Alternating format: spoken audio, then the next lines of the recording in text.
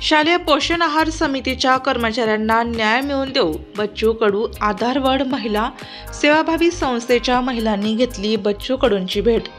नांदगाव शालेय पोषण आहार समितीच्या कर्मचाऱ्यांचा प्रश्न हा राज्यभरात प्रलंबित आहे। याला राज्य आणि केंद्र सरकार या दोघांचा सहभाग आहे। त्यासाठी मोठा लढा उभारावा लागेल।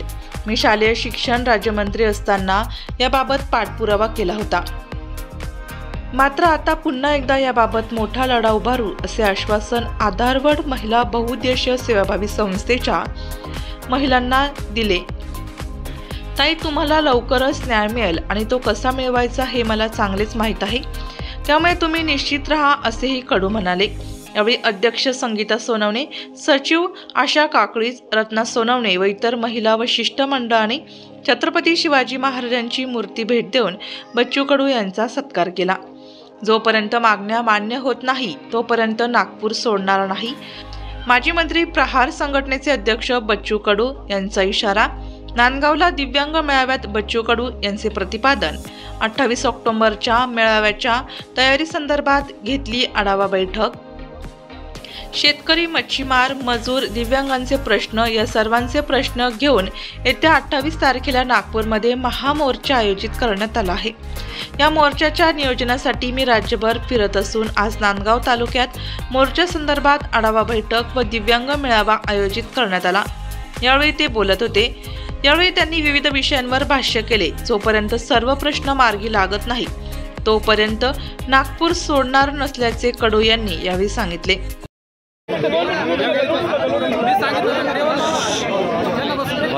बोला ना सर, आज हा दिव्यांग मेळावा झाला, काय उद्दिष्ट होते सर?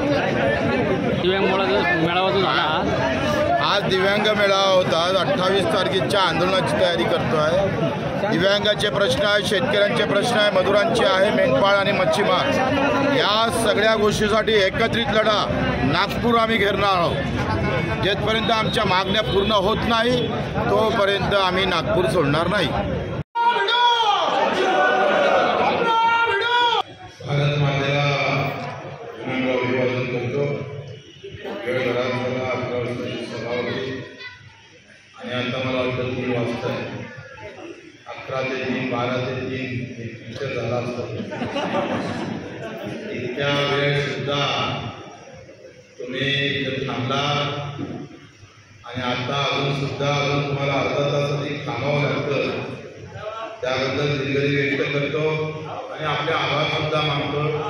आपण एवढ्या संख्येनं इथे उपस्थित झाला म्हणून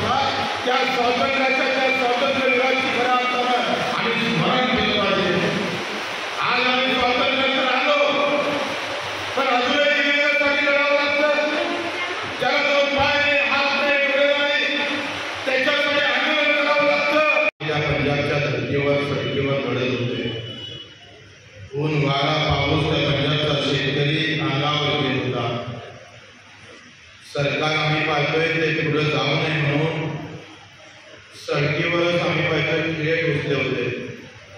प्रचंड वेदना, 750 लोक मरण पावले। आंदोलन करता करता बाजूचा माणूस जरी अटॅकमध्ये येऊन मराचा तरी माझा पंजाबचा शेतकरी इंचावरही जागावर म्हटला नाही। त्या सगळ्या पंजाबच्या शेतकऱ्यांना बच्चू मानाचा मुलगा जे मोदीजी म्हणाले कानून का एक कलम भी कम नहीं करूंगा, चाहे किसान कितना भी आंदोलन करे, लेकिन पंजाब के किसान ने झुकाया मोदी को। ये कलम की बात नहीं, पूरे 3 कलम कानून पीछे न डीजे महाराष्ट्र न्यूजसाठी महेश पेवाल, नांदगाव प्रतिनिधी.